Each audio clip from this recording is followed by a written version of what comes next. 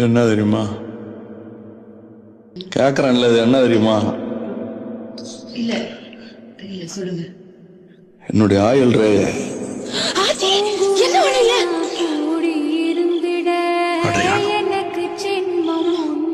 என் ஆயுள் ரே. அன்னலட்சுமி நான் கற்பழிச்சேன்னு சொல்லியிருப்பாங்களே. அன்னலட்சுமி யாரு தெரியுமா? பொண்டாட்டி. என்னை பெத்த அவ என் கூட இருந்திருந்தா நான் இங்க வந்திருக்க மாட்டேன்.